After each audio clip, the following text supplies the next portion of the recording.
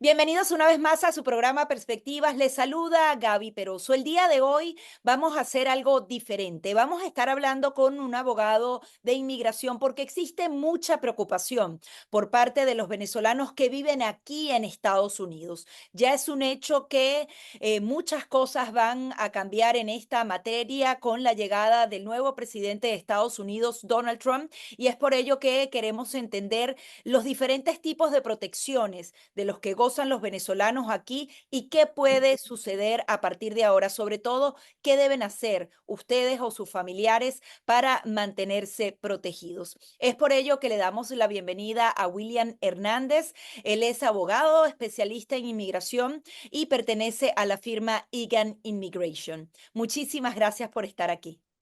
Gracias, Gabriel, un placer. Sí, quería primero el planteamiento general de lo que podrían ser los cambios. Ya hay algunas órdenes ejecutivas, más que todo relacionadas con la entrada de migrantes desde México y hacia acá. En líneas generales, ¿qué ve usted de lo que fue el discurso y la campaña política y lo que puede venir ahora para los hispanos en general y para los venezolanos? Y luego nos vamos adentrando en cada uno de los programas. Sí, bueno, lo que vimos fueron muchas órdenes ejecutivas desde el primer día. Lo primero que vimos fue que empezaron a eliminar el programa del parol para los que estaban entrando por la frontera con el programa ese de CBP-1. También tenemos la situación donde el TPS que tienen los venezolanos fue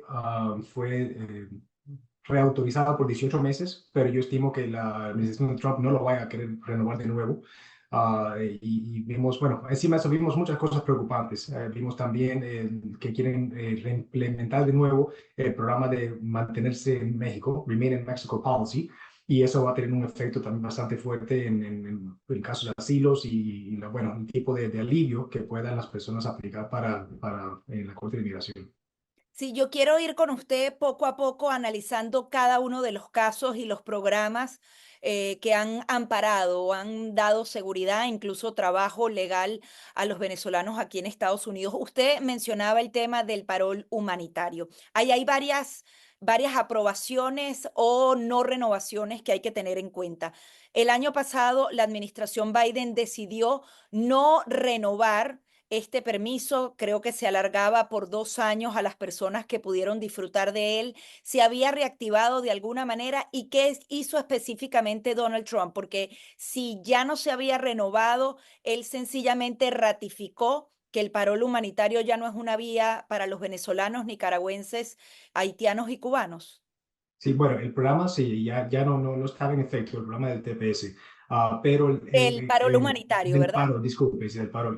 Pero bueno, lo más importante es que las personas que ya entraron con ese parol, es importante que se comuniquen con abogados de migración que les puedan guiar, porque tal vez puedan haber algún tipo de alivio ahora, al cual ellos que puedan aprovechar, ¿no? De otro alivio, ya que tienen una entrada legal, porque es muy importante tener esa entrada legal. A veces tener la entrada legal puede abrir oportunidades por peticiones familiares. También tenemos la situación de los venezolanos específicamente. Vemos el problema que hay con Maduro, ¿no? Y a veces a lo mejor pueden tener un mejor caso todavía del asilo. Ahora, el asilo es una cosa muy complicada y depende de los hechos, ¿no? De cada caso. Pero el ver que el Maduro se opuso, ¿no? A salir del poder, y hemos visto problemas con protestas, problemas de abusos, ¿no? De las personas en Venezuela. Tal vez tengan más fuerte todavía un caso de asilo. So, lo más importante es hablar con abogados de inmigración que les puedan guiar basado en sus casos específicos. Sí, por ejemplo, las personas que tienen ese parol humanitario no es que se tienen que ir mañana, ellos tienen que ver entonces la fecha en la que ingresaron y tienen 2 años para buscar una segunda vía para poder quedarse legalmente en Estados Unidos. Exacto, exacto. Sí, tienen que ver cuándo es que se expira ese parol. Y mientras tanto, si no hay otra orden distinta, ellos tienen tranquilidad durante esos 2 años en territorio estadounidense. Mientras que tengan el parol válido, sí. Ahora, muchos de ellos entraron después de la designación del TPS. En ese caso, ¿no pueden gozar de ese privilegio? Claro, si entraron después de la fecha y si me recuerdo correctamente fue el junio del 2023, si me acuerdo correctamente, eh, ya no pueden aplicar para el TPS, pero siempre hay a lo mejor otras posibilidades, ¿no? Incluso por el mismo asilo. Obviamente, el asilo es una cosa que se debe aplicar dentro del año de haber llegado a los Estados Unidos. Si se pasa el año, a veces hay excepciones que se pueden utilizar, pero incluso aunque no haya excepciones, debe estar bien asesorado porque tenemos una situación ahora con la administración de Trump que está mucho más agresivamente persiguiendo las deportaciones. Incluso hoy vi la noticia de que habían expandido de nuevo lo que se llama el expedited removal. Anteriormente, solamente es aplicable el expedited removal para personas que estaban dentro de 100 millas de una frontera y tenían menos de 2 semanas en los Estados Unidos. Ahora lo están aplicando al país entero y, y pueden aplicárselo a personas que llevan menos de 2 años. Entonces, es importante lo que le explico, porque tal vez si no es asilo, porque ya se atrasaron, si llegan a estar en proceso de deportación en una corte, pueden a lo mejor aplicar para otra cosa que se llama withholding the removal, que es parecido al asilo, un poco más difícil de ganar, pero le otorga protecciones. Ahora, cuando usted habla de esa remoción rápida, es decir, alguien es detenido en cualquier parte del territorio estadounidense y si tiene menos de 2 años de estancia en el país, puede ser deportado de una manera ágil, sin poder apelar a esta decisión. De una manera, sí, rápida. Ahora, ahí es donde, y le estoy hablando de esto, vamos a estar ahora en un periodo de tiempo que todos los días va a salir algo nuevo que hay que estar actualizado. Pero lo que tengo entendido hasta ahora es de que sí, es el proceso lo que se llama expedited removal, que ha pasado anteriormente, y la persona puede ser procesada más rápido para la deportación. Pero si la persona tiene un temor de regresar a su país, y se lo comunica a la inmigración, puede tener lo que se llama una entrevista de temor creíble. Si pasa la entrevista de temor creíble, entonces tiene la oportunidad de pedir ese asilo o lo que es el withholding and removal en la Corte de Inmigración. Pero si no lo pasa y no existe alguna otra cosa que pueda pedir, sí es un proceso mucho más rápido de la deportación. El tema del asilo político ha marcado a la migración venezolana por prácticamente 1 o 2 décadas incluso, porque hay muchos venezolanos que llegaron con esta figura a principios del año 2000.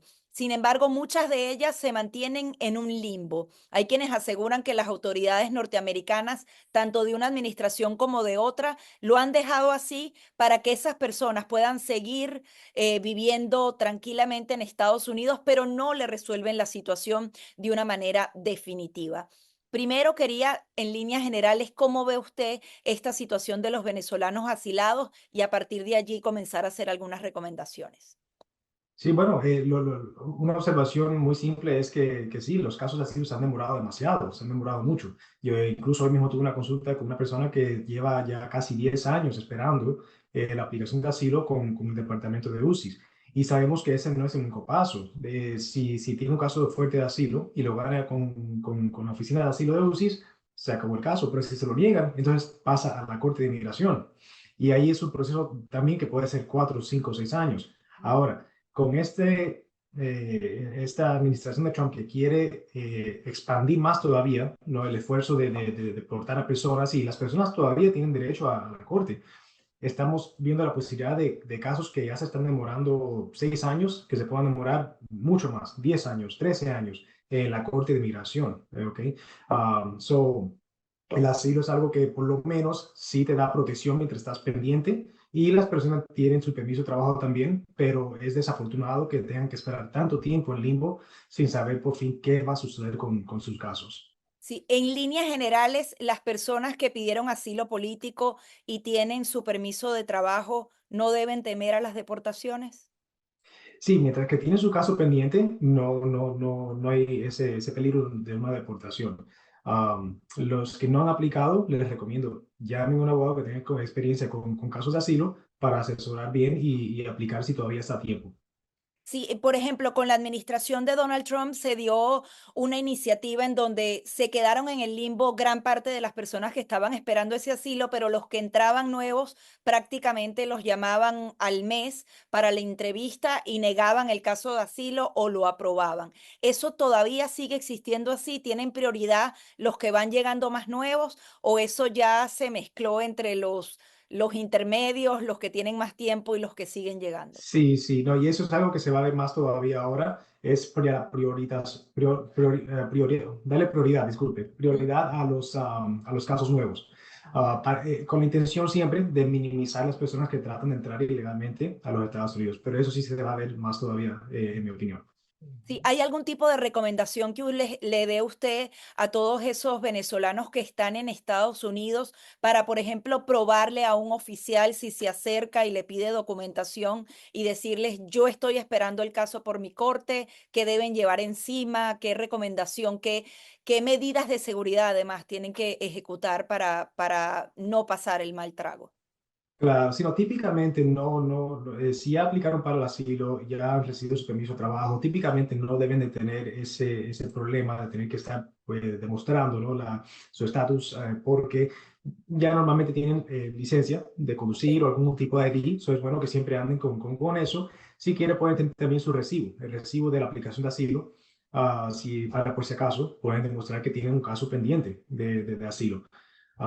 Pero sí, a la vez que tienes el caso asilo pendiente, el gobierno no intentará deportarlo hasta que determinen si tienes un caso que pueden aprobar. Sí, los casos de los venezolanos pidiendo asilo político pueden ser mucho más ciertos que los de las demás nacionalidades, porque lo que ha venido ocurriendo en los últimos años es que de otras nacionalidades que no necesariamente tienen problemas políticos, no sé, hablamos de Chile, de México, que tienen otro tipo de problemas, pero no para pedir asilo político, van y lo hacen. Ha cambiado mucho ese tema. ¿Qué cree usted que pueda pasar ahora y cómo esos casos de las demás nacionalidades nos afectaron a nosotros, a los venezolanos? De ahí también vienen los retrasos. Bueno, retrasos porque sí, hay muchas personas que están aplicando para el asilo y hay muchos casos que a veces pueden ser considerados débiles, pero tienen su mérito o tienen su derecho a tener su día en la corte. Pero los únicos casos de asilo no son solamente casos de asilo político, hay varios otros tipos de categorías protegidas. Pero hablando específicamente de venezolanos, estamos en una situación donde es posible, aunque no puedo hablar generalmente porque cada persona tiene un caso distinto, tiene distintos hechos, cosas que le han pasado, pero generalmente un caso de asilo político de Venezuela puede tener más fuerza. Puede tener más fuerza porque vemos que ahora mismo está la situación donde Maduro de nuevo se niega a soltar el poder. Eso, si la persona tiene los hechos donde ha sido víctima de algún tipo de persecución en Venezuela, ahora tal vez sea más fuerte todavía un caso de asilo político. Sí, hay otra situación, por ejemplo, personas que pidieron asilo político y ya tienen una primera o segunda decisión en donde le están negando ese asilo político. Ahora se les complica más a estas personas, pueden ser deportadas. ¿Cómo funciona esa orden de deportación? ¿Cómo la pueden detener por un tiempo? Sí, bueno, si ya llegaron a la parte de la Corte de Migración, donde un juez de migración le negó el caso, tienen la oportunidad de pedir una apelación, apelar a lo que es el Board of Immigration Appeals. Si esa corte de apelación también niega el caso de asilos, entonces básicamente ya es una orden final de deportación.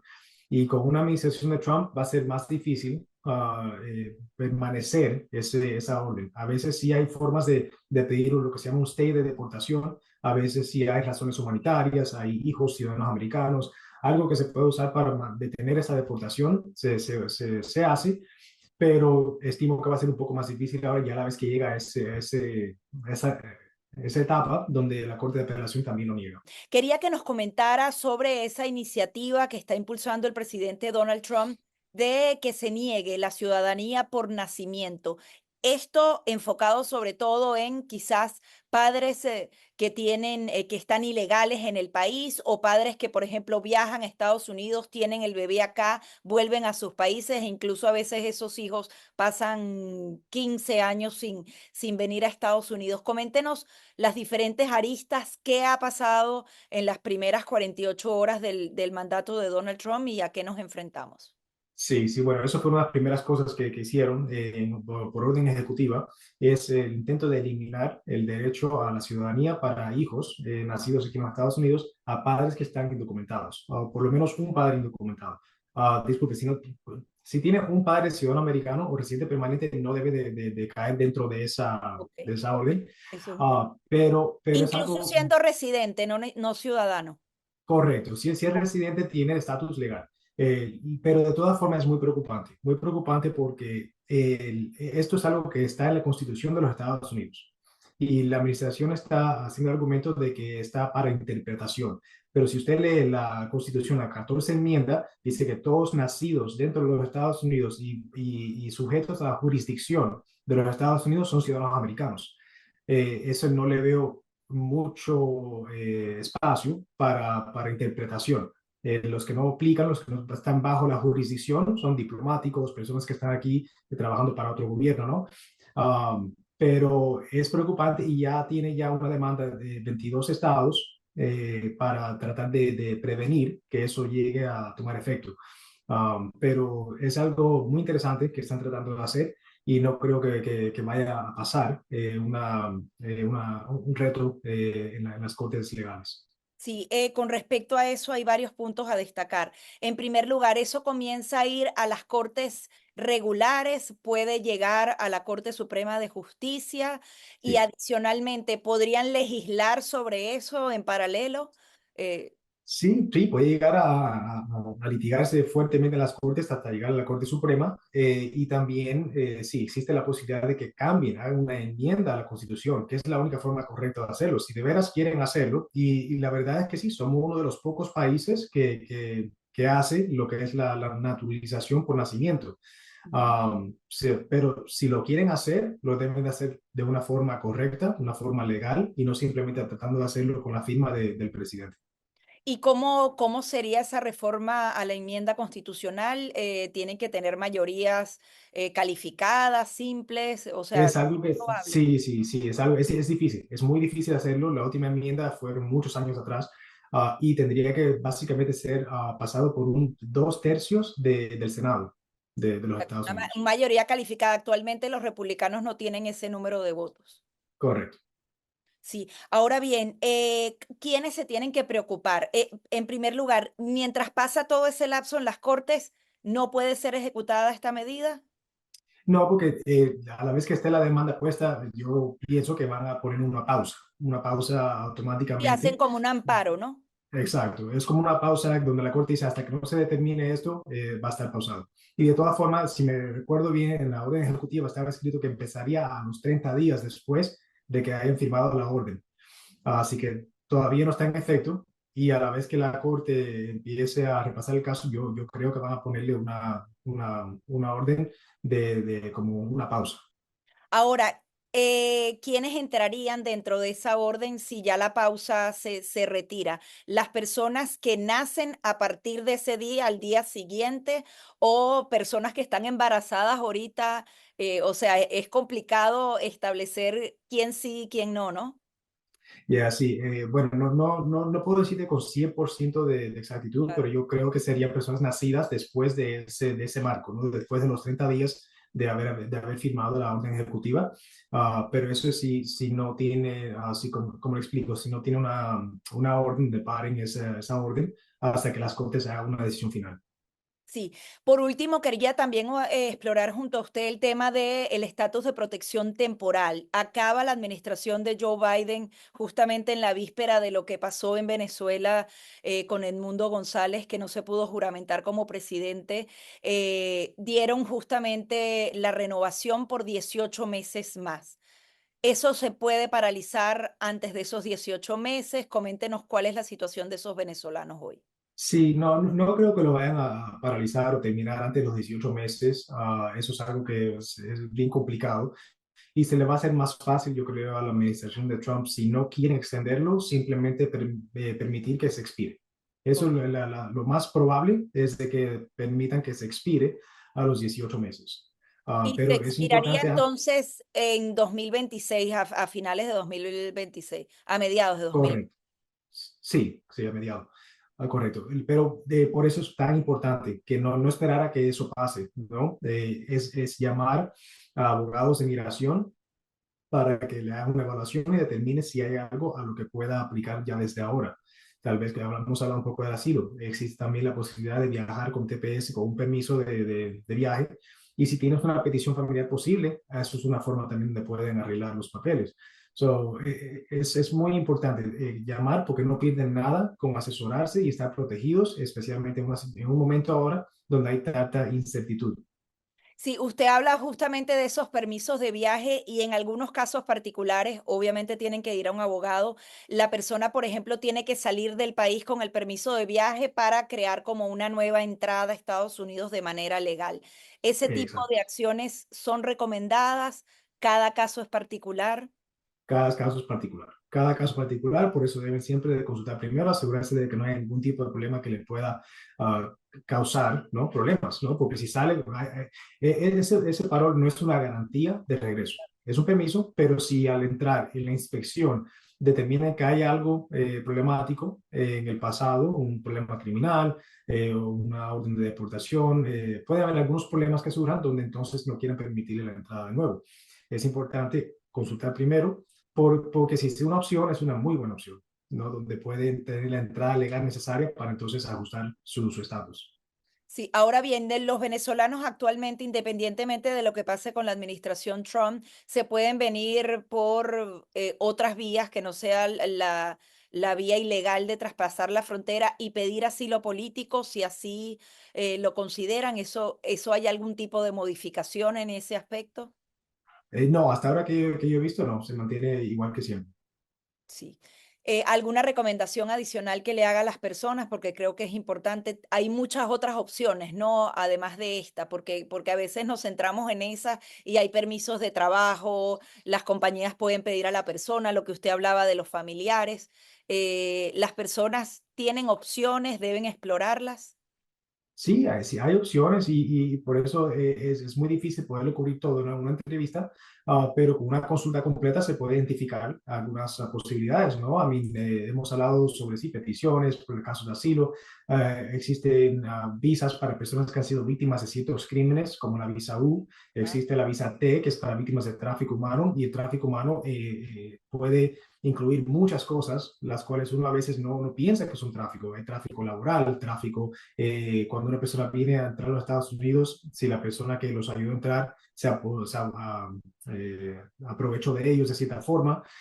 Existen situaciones domésticas también, dependiendo de cuáles son los derechos que te hizo o te obligó a ser tu pareja. Hay muchas cosas y por eso yo siempre digo, llamen y permitan que se le haga un cuestionario muy detallado para determinar qué puede haber en su historial que le ayude con un caso de migración. muchísimas gracias por todas estas precisiones. Absolutamente. Gracias a usted por la invitación. Son las declaraciones de William Hernández, abogado de inmigración. Hasta aquí nuestro programa Perspectivas.